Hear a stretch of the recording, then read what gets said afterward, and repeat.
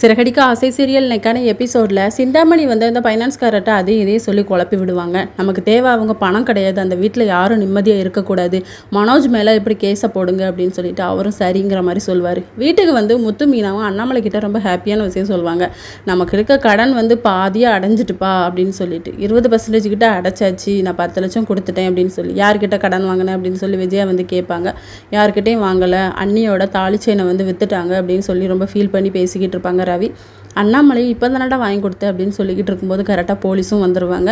இங்கே யார் மனோஜ் அப்படின்னு சொல்லிட்டு, இவன் வந்து அவங்க அப்பாவோட சைனை வந்து போட்டு கொடுத்துருக்கான் கள்ளத்தனமாக, அதனால் இவன் மேலே கிரிமினல் கேஸ் நாங்கள் போட்டிருக்கோம், வாங்க ஸ்டேஷனுக்கு அப்படின்னு சொல்லிட்டு இழுத்துட்டு போயிடுவாங்க. அப்போ முத்து வந்து சொல்வார், இல்லை நாங்கள் பணத்தை வந்து அடைச்சிட்றோம் அப்படின்னு சொல்லிட்டு. நீங்கள் பணத்தை வந்து அடைச்சாலும் உங்கள் அண்ணன் பண்ணது தப்பு அப்படின்னு சொல்லி நம்ம விஜயா வந்து தேம்பி அழுவாங்க. அங்கே கூடியிருக்க மக்கள் கூட சொல்லிகிட்டு இருப்பாங்க, அண்ணாமலை பிள்ளை இப்படி இருக்கானே அப்படின்னு சொல்லிட்டு. ஸ்டேஷனுக்கு வந்து கூட்டிகிட்டு போயிடுவாங்க. முத்து மீனாக போவாங்க. அப்போ அங்கே இருக்க வக்கீல் சொல்லுவாங்க, நான் வந்து போலீஸ்கிட்ட வந்து பேசி பார்த்துட்டேன், ஒன்றும் பண்ண முடியாது அப்படின்னு சொல்லி. விஜயா வந்து அழுதுகிட்டே ஓடி வருவாங்க.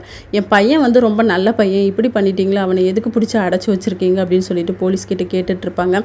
அடுத்த சீனில் சிந்தாமணி கிட்ட வந்து ரோஹிணி சொல்லுவாங்க, நம்ம மனோஜை வந்து பிடிச்சிட்டு போயிட்டாங்க ஆண்டி அப்படின்னு சொல்லிட்டு.